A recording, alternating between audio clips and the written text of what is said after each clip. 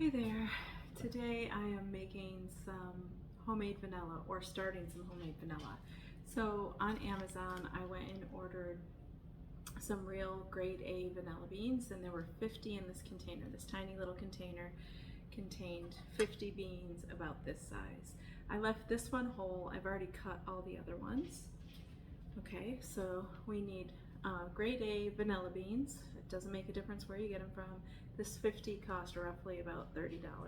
I don't know if you've noticed the cost of real vanilla in the grocery stores or in your Sam's Club or whatever, but it's gone up a lot over the last couple of years. And so I started, I think back in 2022, to make my own, and I go through a container about this size. This is a half-gallon mason jar. I go through one of these probably every year and a half. So all the baking that I do, I put vanilla in. When I make waffles or pancakes or anything like that, I also put vanilla in those. So I go through a lot. If you are making vanilla this way, just in a mason jar that you're going to keep sitting in a closet for 6 months or so, then you can go ahead and start it before you run out of your old one. And that's where I am. My old one is, let me show you actually.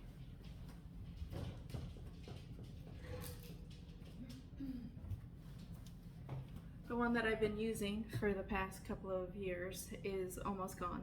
So most of the stuff that's at the bottom is actually vanilla beans that have been in there for 2 years.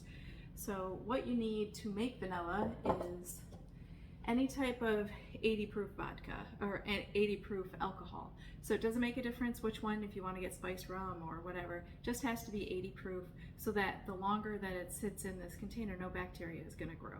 So that's the whole point of making sure that it's in an airtight container with 80 proof alcohol. So this was the cheapest vodka I could buy at the ABC store.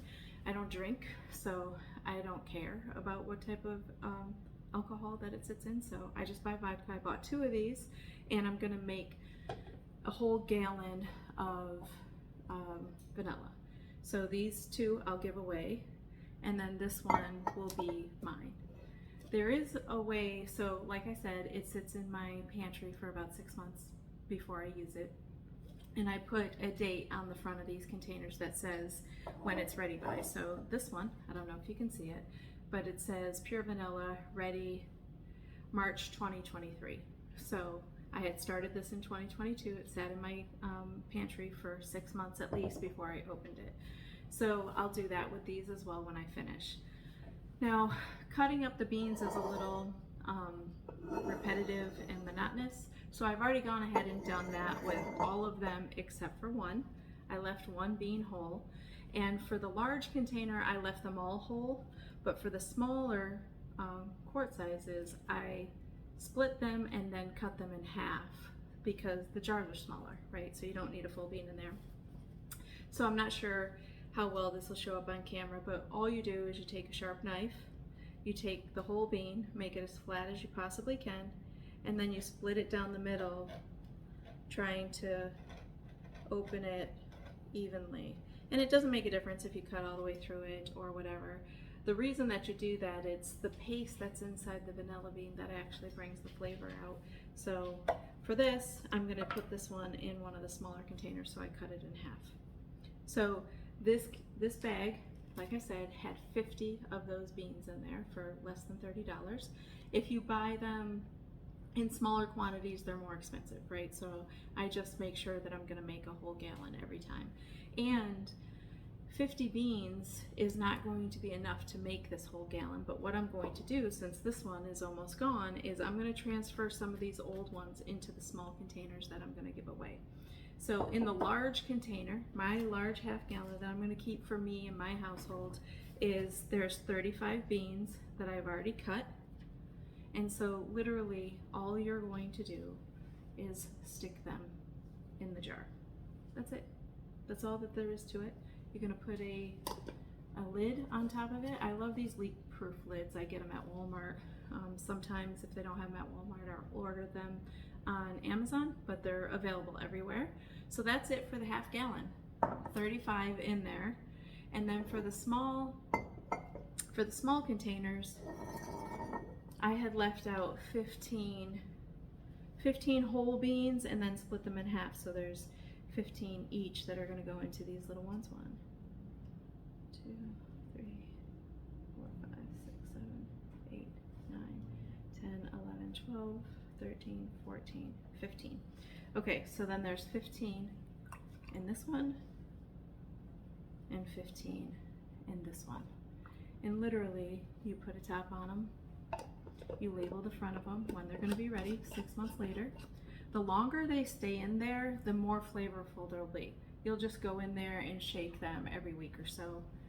And the brown part of the bean, the paste part inside of the seed pod, will actually start coming out and getting into the container. And you can see, I don't know if you'll be able to see, you can see on the bottom of this one, you see all the black stuff that's there. That's actually the paste that comes out of the vanilla bean. So that is, when you go to use this, you definitely want to shake it. But when you're making it, you also want to shake it every so often, and that will just happen on its own. And that's literally it. That's how you make vanilla, homemade vanilla that you use in your baking products. This is just a little bit left over, so I'm just going to toss it because we don't drink. So there is one way. So I have made this a couple of times and given it away as Christmas gifts, and I think it's a really nice idea. I bought some nice little fancy 8-ounce bottles and